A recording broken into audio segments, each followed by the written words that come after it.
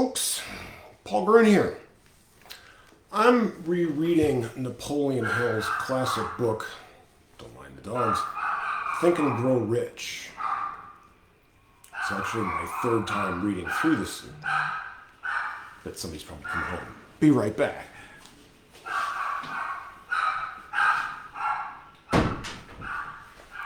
I just closed the door there. So it's my third time reading this. A book this good is worth reading more than once. And I've talked about this book in other videos, but I just ran across an important topic, and I think people will be interested in this. In developing this book, the author interviewed, get this, 25,000 people over a 2-decade period, and he found that financially successful people had 13 things in common. And for those that were classified as financial failures, he found 30, more than twice as many. Now, the word failure here isn't meant to moralize. I realize the words success and failure are subjective and will mean different things to different people of all the times. But in this particular case, the author is primarily concerned with financial wealth or success.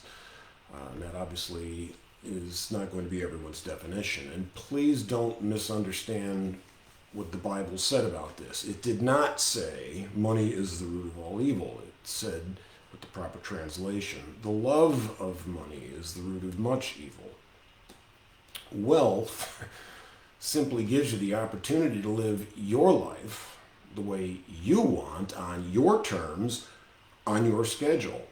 So Napoleon Hill felt there was something radically wrong with our culture and our education system, even 100 years ago when this was written, that allowed 98% of people to go through life without achieving financial success. And today's two-income family that's in debt and still living paycheck to paycheck is obviously not financial success. Now, for a variety of reasons, I don't want to go through all 30 reasons. It would take too much time. Most other things, I'd just like to cover essentially the top 10 here. Do any of these sound familiar? Can you relate? And what follows in the ordering is mine, not his. The primary reason, in fact, more than all the others combined,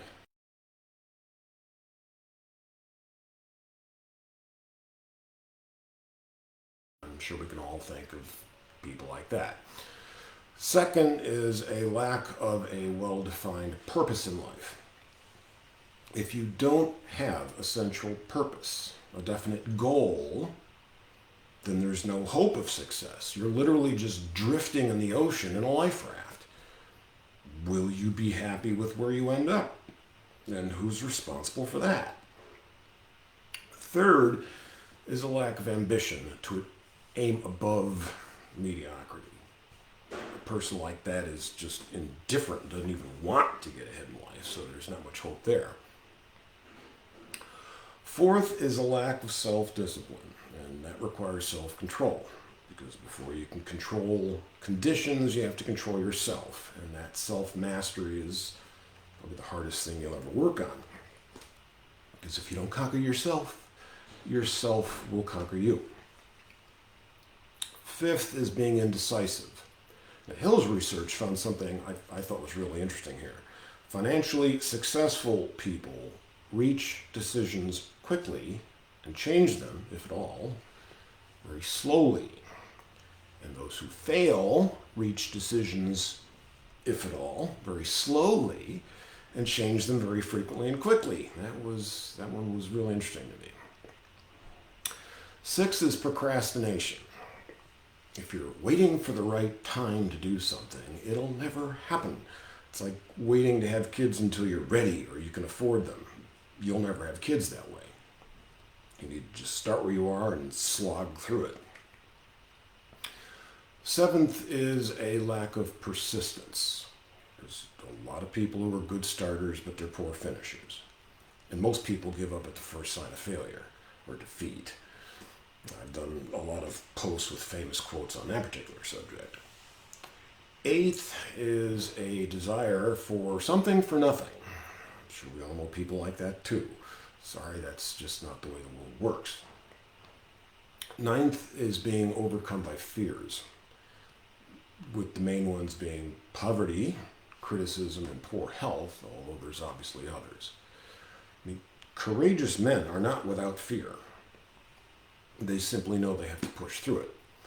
And finally, 10th would be a lack of enthusiasm, because if you don't have enthusiasm, you're not going to be very convincing. So there you go, a brief little summary of the top 10 reasons for not achieving financial success. If you'd like to learn more about this and find out what are the 13 things that financially successful people do have in common, here's the book again, Think and Grow Rich by Napoleon Hill. Give it a read. That's all for now. See you next time.